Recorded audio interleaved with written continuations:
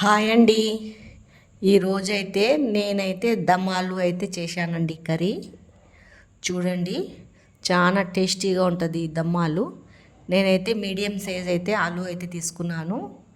చిన్న ఆలు కూడా తీసుకోవచ్చు, చాలా టేస్టీగా ఉంటుందండి. దీని ప్రాసెస్ ఎలా ఉందో చూసేద్దామా. ఇక్కడ వచ్చేసి అయితే నేనైతే ఈ పెట్టుకున్నానండి ప్యాను. దీంట్లో ఒక చెంచా ధనియాలు వేసుకున్నాను, పట్టా లవంగ్ ఇలాచీ వేసుకున్నానండి.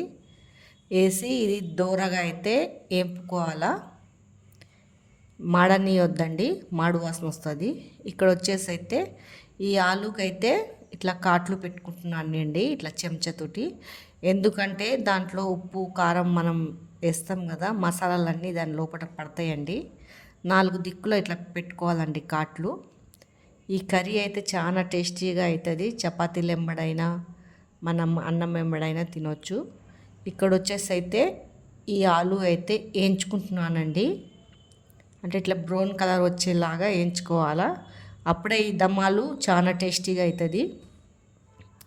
నేనైతే బ్రౌన్ కలర్ లాగా అయితే వేయించుకుంటానండి. చూడండి, ఇట్లా బ్రౌన్ కలర్ అయితే వచ్చేయాలా, దాంట్లోనే మగ్గిపోతుందండి కొంచెం నూనెలా. ఇది మనం ఒకసారి కొంచెం మీడియం ఫ్లేమ్లో పెట్టి మూత కూడా పెట్టేయాలండి, ఒక 5 నిమిషాలు.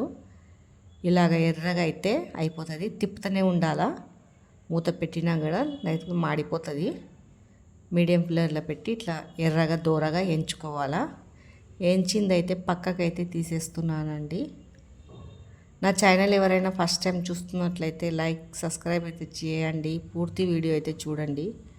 తర్వాత ఉల్లిగడ్డలు 4 పచ్చిమిర్చి అయితే వేసుకోవాలా, దాంట్లో చీరి వేసుకోవాలండి.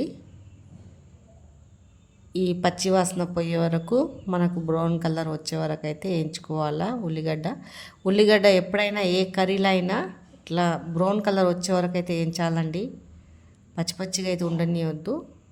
2 మసాలా ఆకు అయితే వేసుకున్నాను, అల్లం పేస్ట్ వేసుకుంటున్నానండి.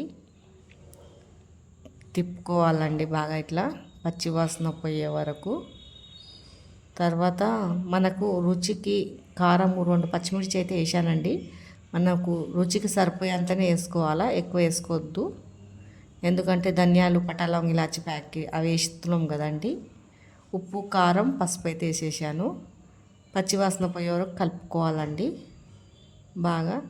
ఒక పెద్ద పెద్ద టమాటాలు అయితే 2 తీసుకున్నాను, చిన్నవి ఉంటే ఒక 4 తీసుకోండి. తర్వాత సన్నగా అయితే టమాటా తరుక్కొని వేసుకోవాలండి. టమాటా అయితే చూడండి 4 కలేమాకు రెక్కలు వేసుకున్నాను. స్మెల్ అయితే చాలా బాగా వస్తుంది. ఈ కర్రీ అయితే చాలా సూపర్గా అవుతుందండి, ధాబా స్టైలు. మన హోటళ్ళల్లో కూడా చాలా మంచిగా అమ్ముతారు కదా, ఇక్కడ ఆ స్టైల్లో అయితే చేస్తున్నాను. చాలా టేస్టీగా అవుతుంది.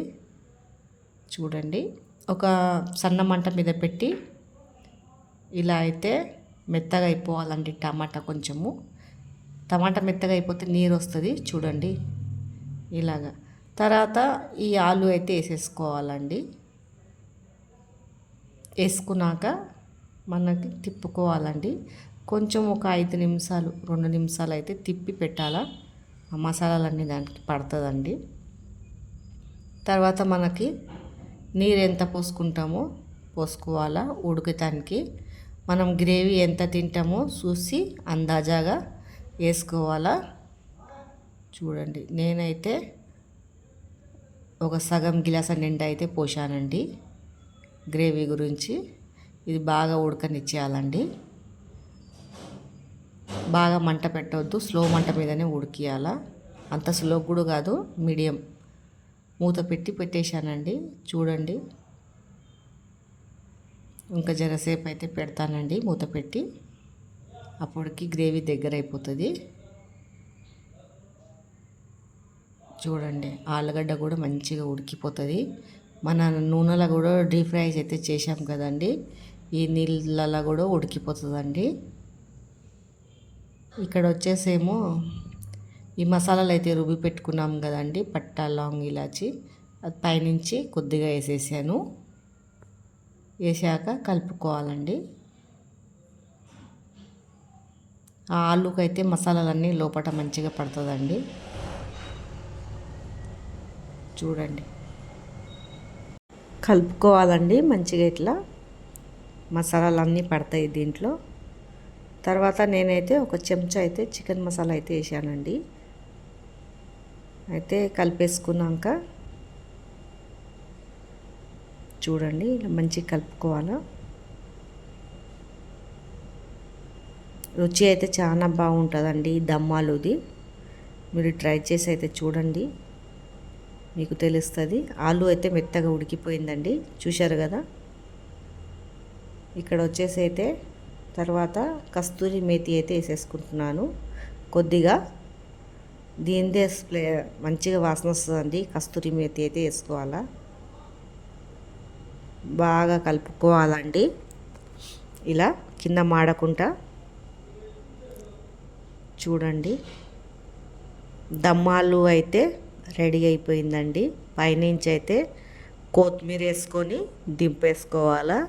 సింపుల్గా దమ్మాలు రెడీ. మీకు నచ్చినట్లయితే కామెంట్ అయితే చెయ్యండి.